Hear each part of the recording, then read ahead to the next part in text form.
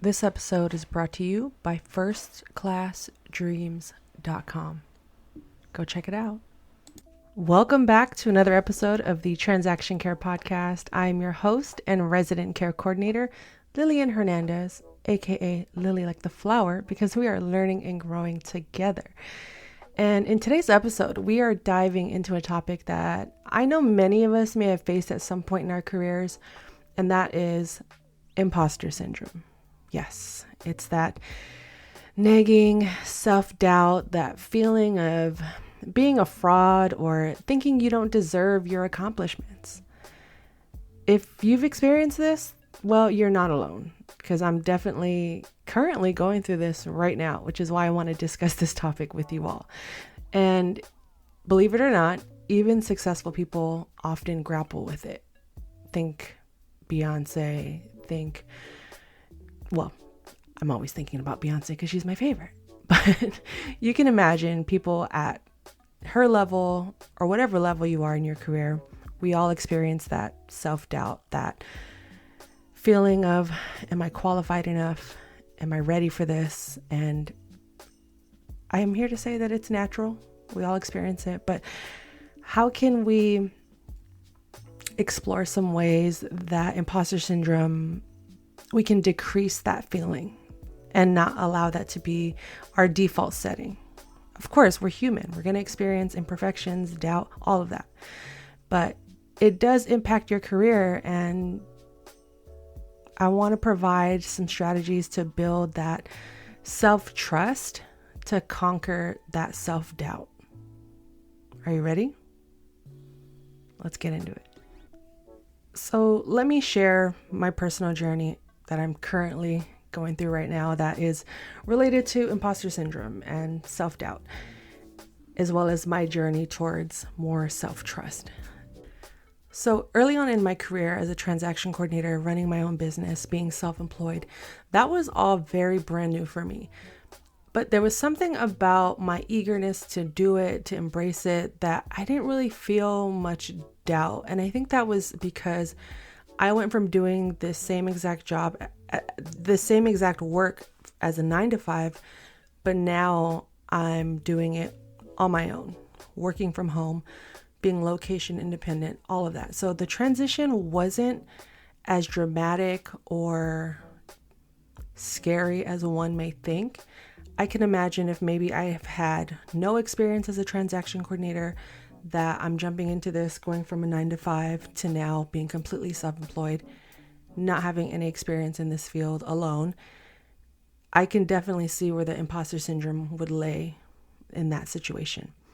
But for me, the first couple of years, I was just so eager to make this work.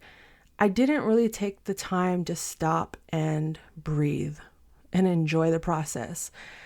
Everything was very much 0 or 100, nothing in between, which definitely caused me to burn out, unfortunately. And I had to stop. And at that point, that's when I started to just reevaluate. What am I doing? Why am I doing this? I didn't really have a solid why other than to be close to family, because at the time I was helping to take care of my grandma and the household as well. And I just wanted to be present in that moment. And then a year into being self-employed, again, we're getting a little personal, but a year into being self-employed and being one of the primary caretakers of my grandmother, she eventually did pass away, and I do consider it a blessing to have been with her the last year of her life every day. But she was my big why. So when that was removed and I now had to stand on my own 2 feet, and now I'm experiencing burnout, I'm not happy with the money I'm making. And believe me, at the first year of my business, being self-employed, I made the most money I've ever made in my life. And that is subjective. Everyone has a definition of a lot of money. But when I was seeing 5 figures in my bank account on a monthly basis, just know that it was all brand new to me. So, but then the person that I was being driven by or inspired by or motivated by leaves my life. I feel like, oh man, there has to be more to this than just pushing papers all day. Now, don't get me wrong. I respect the work. I respect being able to do this, especially going from working a 9 to 5 for almost half of my life to now being on my own and it's successful. I didn't want to lose what I had, but what I had was really tearing me down. Like I wasn't happy. I wasn't fulfilled. I wasn't going anywhere, if that makes sense. So I basically spent the next year just kind of doing the same things I was doing, but I wasn't taking on any more new business. And it wasn't until maybe a couple of years ago I really started to explore that. What's next? What comes after this? There's a reason I'm put in this position, and I feel it in my gut. I know it's there, but how do I open that? How do I get there? How do I open that door, right? And of course, every time I would try something new, it'd be exciting, but then when it wouldn't make money or I'd get nervous about something, I would just tuck it away and go back to the thing that was safe, which was and is transaction coordination, right? So I had to really do some work. And if you've been listening to this podcast, thank you, first of all, for your support. Then you've heard me tell some of these stories a couple times. And if you've been following my YouTube as well, you definitely have heard, my story. But ultimately, the last couple of years have been truly an exercise in trusting myself. And that being such a foreign feeling and experience, when I was in it, I would run away. Or my self-saboteur would avoid. I wouldn't commit to that feeling. I'd get a little bit past the starting line and then revert back to my old ways, my old habits. And I'm telling you, it takes a lot of work to build that self-trust. I won't ever give it a timeline because everyone's different, but I definitely will say it isn't something you can just work on for a week and then you're healed. It's something that you definitely have to continuously work on. And I accept that. They always say acceptance is the first step to healing and, having that awareness. And now it's time for me to be accountable, right? And again, referencing what is new, what is next. I don't feel fulfilled. And I feel like I have all of this knowledge, this experience, and I want to share it with the world. I want to save people's lives, but I knew I couldn't physically save people's lives. I'm not a doctor. I'm not a nurse. I don't have a college degree outside of my associate's degree. So I don't have the bachelor's or the master's to get into being a therapist or a psychiatrist. And who knows, maybe one day. But in this moment, I just felt like all of the work I had put into myself, all of the self-doubt, all of the impulsive decisions I made unknowingly have led to this moment in time today. And I know that deep down, I wanted to give someone else that feeling, that experience of self-love, confidence, self-trust. And again, this is a continuous path that I am on. This isn't just, I'm confident today, I'm going to be confident forever. No, as many of you may or may not know, I have become a certified life coach, and this is the first time in my life, and I'm approaching 40, so you can understand the math, that I've chosen a career path that I know is fully aligned with who I am, why I'm here, and where I need to go. Do I know where this path is going to lead me, or who it's going to lead me to, or who it's going to impact? No, not 100%. I mean, I definitely have my client avatars. I have my, all of those things that you have to do to run a business. But on the internal side, in the grand scheme of things, I don't know where this is taking me. I'm just learning to fully trust myself in this moment and God, 100% trusting God first, right? And I think that trust in God also, spills into that self-trust. So as I'm embarking in this coaching journey, it's the thoughts of, are you qualified enough? Do you have enough education? Are you ready to charge people for your services? What if you never get clients? Is it still worth it? Did you still do a job well done? Is it still successful? And all of those questions are just rush to the top of my brain constantly. And I notice, especially when I'm sitting at home alone, those thoughts are more prominent. And it's when I'm not working on myself or not working on something, or if I'm not spending time with people I love that, lift me up and fill my cup, or it's when I'm not filling my own cup that those doubts truly creep in. And again, like I said, I'm definitely experiencing this currently, but it's something I'm actively working on. So let's get into the definition of imposter syndrome before we truly move on and with this episode and this topic, because it's definitely a topic that is ongoing. It's something we all experience, but how are we integrating it into our life so it doesn't overpower our decisions or impact our careers, right? So what is imposter syndrome? It's that feeling of inadequacy or self-doubt even when you've achieved great things. It's crucial to know that imposter syndrome is not unique. It's a common experience. So what are the signs of imposter syndrome? It often manifests as a fear of being exposed, doubting your own skills, and attributing your success to luck or external factors. And if these sound familiar, if these feelings sound familiar, you might be dealing with imposter syndrome currently.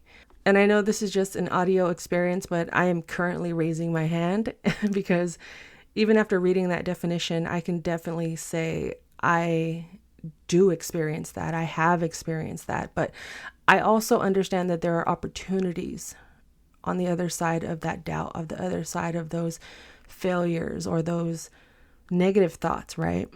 But what impact can it have on you when you are experiencing imposter syndrome? So it can definitely take a toll on your career and your personal life.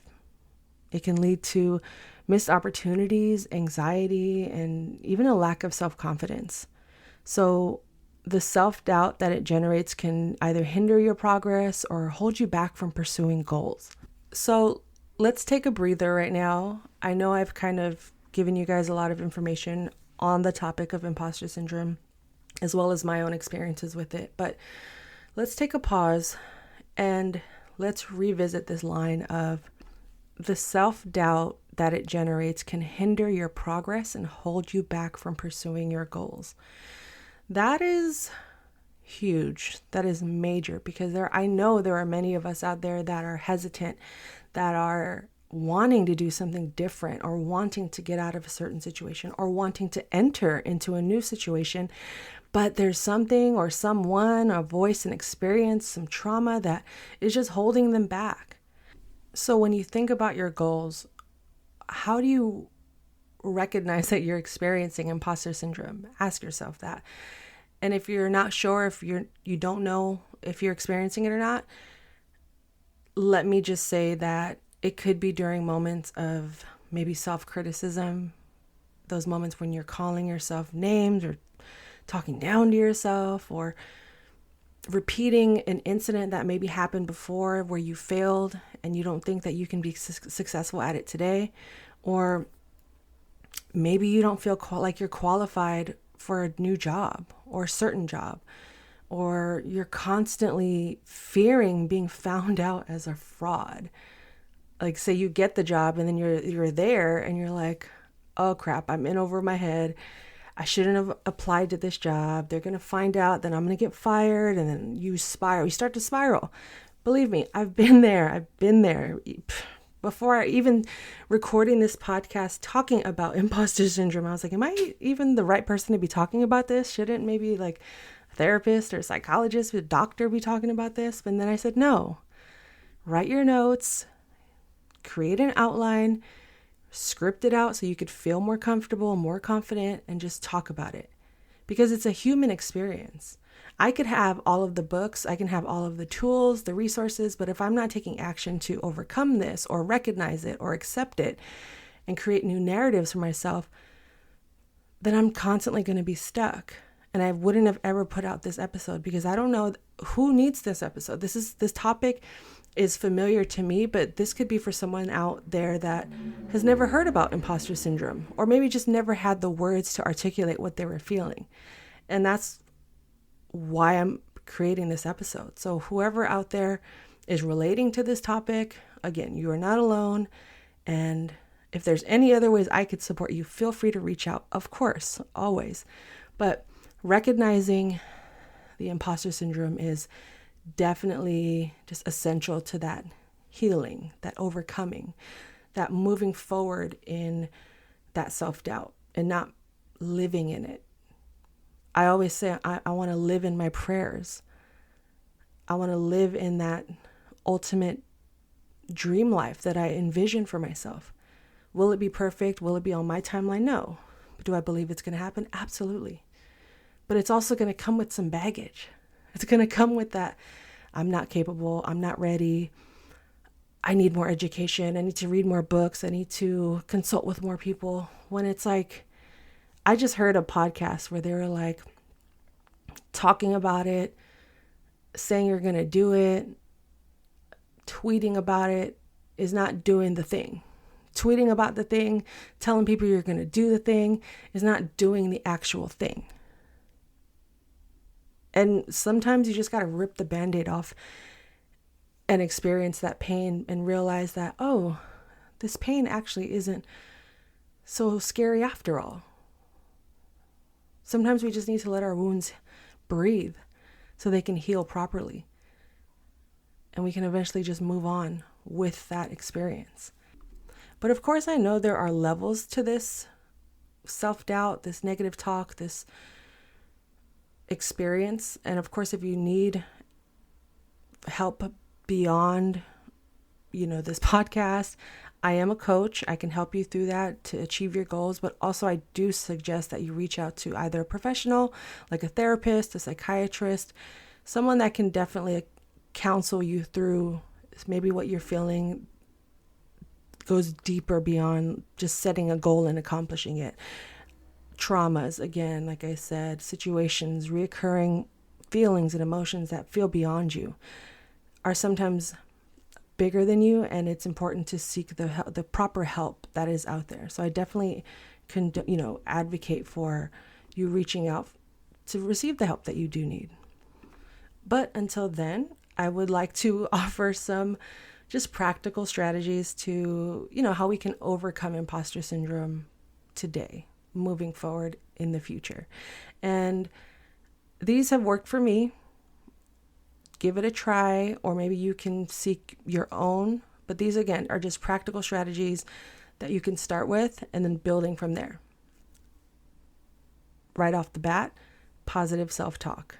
I love affirmations. One of my main love language is words of affirmation. And I love affirming myself. I love affirming others. And that's me. And I do great when I'm journaling. I do great when I'm reading devotionals. I do great when I'm reading books about personal development, biographies, watching videos, and just absorbing all of the great parts of those people's experiences and learning from their negative experiences as well, but knowing that, they overcame it. So I have to replace the I can't with I will. I'll find a way. And also knowing when something just isn't for now. It isn't for me right now. And moving forward and trusting myself that I'm still safe, I'm still covered, and I am still capable. So positive talk is definitely important. It doesn't remove the negative, it doesn't remove the fears, but it definitely overpowers it in those moments of major self-doubt. So give it a try. next up, you definitely want to set achievable goals. So let's just say I want to get 100,000 downloads on this podcast. Now, I have to definitely be specific. Do I mean with this episode? Do I mean in the next 5 years? Do I mean tomorrow? Now, I have a very beautiful, beautiful, small but mighty audience and a group of supporters that truly do listen and ask me questions and reach out and send, they review the podcast. They leave great comments, and I love that. But realistically, if I want to hit 100,000 downloads tomorrow, I'm not saying it can't happen, but if it doesn't happen, I also need to be realistic and know that this is definitely an achievable goal. But at the rate that I'm moving, at the rate that the podcast is getting out, but who knows, virality is real as well. Let's not forget that. But realistically, how often do I want to hit 100,000, right? Do I want to hit it every year, every episode? What are the stats? Let me do some research. Okay, so in the next 5 years, I want to hit 100,000 downloads on my podcast. And a download simply is every time someone presses play, that is considered a download. So at the rate I'm moving, I'm averaging somewhere between, I'd say, 300 and 600 downloads a month. So that's a far reach between 300 and 600 to 100,000 overnight. And let's not forget, okay, well, once I reach that goal, what comes with that after? Am I prepared emotionally, mentally? And of course, some things I'm not going to be ready for, but I can do my best to be as prepared as possible. If I get that much attention going from 600 to 100K overnight, then perhaps I could have a course ready on my website, or I offer coaching services. So I need to make sure that my bio on all of my social media platforms are updated. So when I get that much attention coming to me, I can eventually expand my network, expand my community, and help more people. But if I have nothing else to offer other than this podcast, which is fine, then I might be dropping the ball. So setting achievable goals is definitely a practical way of being more confident. So if I want to get 100,000 downloads in the next 5 years, 2 years, whatever it may be, I have to now create smaller goals to achieve that. Okay, well, let me look at my budget. What is my budget to create ads? Can I get some guests on the show that would draw more attention, diversifying the conversations, diversifying my audiences. There's so many different ways that our goals can be achieved, but they start big and we have to break them up to little chunks in order to see them happen. And again, like Sugar Free said, you got to stay ready so you ain't got to get ready. And that's the motto moving forward.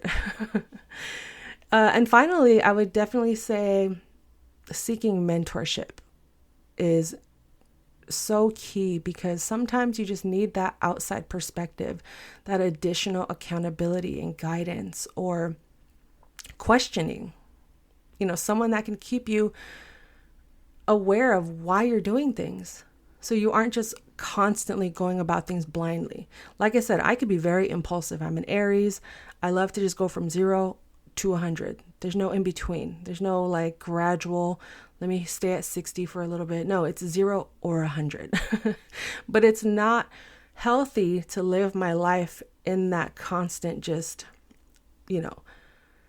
fight or flight state of being. My mindset has to experience the slow periods, the fast periods, the in-betweens, the gray areas. That's what my therapist said.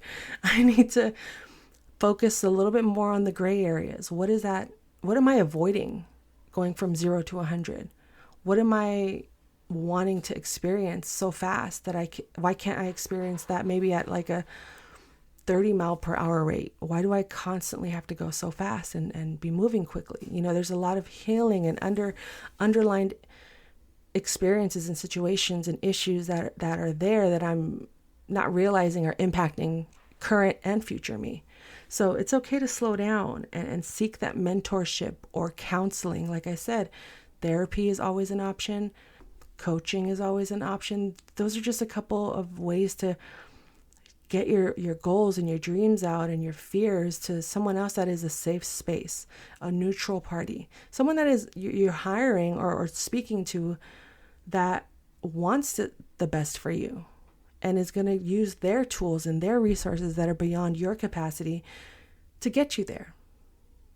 And this could also be a close friend, a family member, a friend of a family that you trust with your goals. Because believe me, not everyone is worthy of sharing good news with, because you don't know what they're fully going through at their point in their life, or maybe they just have a different view of life, of how it should be.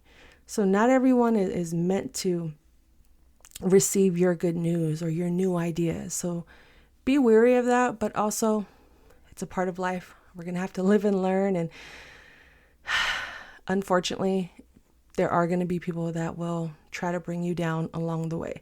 But when you do seek out mentorship, someone in the same field as you, especially, it can definitely be a key to feeling more confident about your decisions. So think about that when you're wanting to try something new or embark in something completely different from what you're doing now. And I'm going to keep saying this, you are not alone.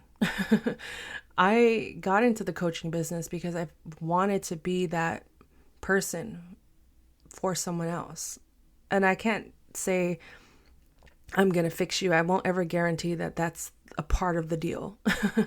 It's more so this is a safe space for us to learn and grow together. Whether we work one-on-one or in a group setting, or you're just listening to this podcast and we never speak or talk ever, but you're taking notes and you're taking action, right? So whatever your experience is or wherever you're at in life, you are not alone. And many of us who take this seriously and understand that there is another side to this self-doubt, that this is something I can achieve. I will be great at this job. I will be able to get that raise. I will be able to quit my job and start a business. Wherever you're at in life, many of us have been successful at managing imposter syndrome. Because again, it's not going to go away. Sadly, it's going to come back, but being able to manage it and say, hey, let me get my tools, my imaginary toolbox, and sometimes you got to go beyond the toolbox and get that strong shield and hold it up to that self-doubt and say, no, I am capable. I trust me. I have faith that I'm going to do well.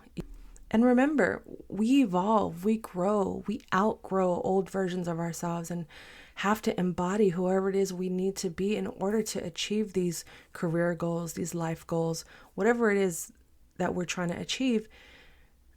Maybe the self-doubt is thinking the old you can fully embrace this new version of you. I've definitely had to, quote unquote, kill off some old versions of myself, some old thinking, some habits, many habits. I had to let go of a lot of friends. Unfortunately, that's just the way it all went down. I lost a lot of friends through this process in the first couple of years of choosing myself and believing in myself and having confidence in myself and not giving off that I need you vibe within those dynamics. And it was in those moments where I felt like, damn, this is sad, but I feel so much more like myself. And I don't want to lose that. And that was a hard reality to face. But again, that all is built in, that it's all a part of building that self-trust. And overcoming imposter syndrome is just one part of the equation. Building self-trust is equally important. It's about believing in your abilities, learning from your experiences, and trusting yourself. Again, I lost a lot, but I gained so much more. I know that's kind of cliche to say, but there's something about trimming that dead weight off of you. And whenever you hear those little or loud voices of, you're not ready, you can't do this, you will be ready to say, yes, I can. And I will. And I did it. And I did it successfully. And now I'm moving on to the next thing that I need to achieve in life. Confidence in your skills and your decisions is a powerful tool in your career. I guarantee it. And it does take a lot of work. It does take a lot of time. It does take a lot of self-awareness. But we are all capable of achieving it and managing it and living out whatever our dream lives are, our dream careers. Sometimes it's going to happen overnight. Sometimes it takes a little bit longer. But if you are committed to yourself, there's no doubt in my mind that you can't achieve whatever you put your mind, body, and soul to, and give it your all and commit to it. So before we wrap up, I do invite you, listener, supporter, audience members, I appreciate you all. What questions do you have about imposter syndrome and self-trust? I would like to address them either on my social media, or I could do a part 2 to this episode. And I just want to provide you with some more guidance. Or if you want to set up a one-on-one with me, all of my information will be in the description below to schedule a free discovery call with me. But as we conclude, I definitely want to hear your questions and your comments and your experiences with imposter syndrome. How are you navigating it? How are you managing it? Let's talk about it. But as we wrap up, I truly, again, appreciate you all. And I hope you have gained some valuable insights to imposter syndrome and how to build that self-trust. Remember, self-doubt is common, but with the right strategies and mindset, you can conquer it. Start by recognizing when imposter syndrome strikes and employ the techniques we discussed to build self-trust. Your career will thank you for it, and so will you. With that said, this has been another episode of the Transaction Care Podcast. My name is Lillian Hernandez, aka Lily, like the flower, because we are learning and growing together. And if you found this episode helpful, please consider subscribing, telling a friend, and please leave a review. I appreciate it. We have about 5 up there. Yay. I love it. I appreciate you guys. And if you have any more questions or topics you'd like for me to explore, talk about, or people you want to have on the show, feel free to reach out. You can email me at tc@transactioncare.com for podcast questions, imposter syndrome questions, coaching questions, or to reach out to me and schedule an appointment. Either way, tc@transactioncare.com. Pretty easy, pretty simple. Also, it's in the description so I can make it even easier for you all. And I thank you for making it this far in the episode. Remember to stay confident, trust yourself, and of course, pursue your dreams. So until the next episode, I'm giving you the keys. There are no gatekeepers here. Care for yourself, care for your wealth. Your time is worth it. Talk soon. P.S. Go to firstclassdreams.com. See ya.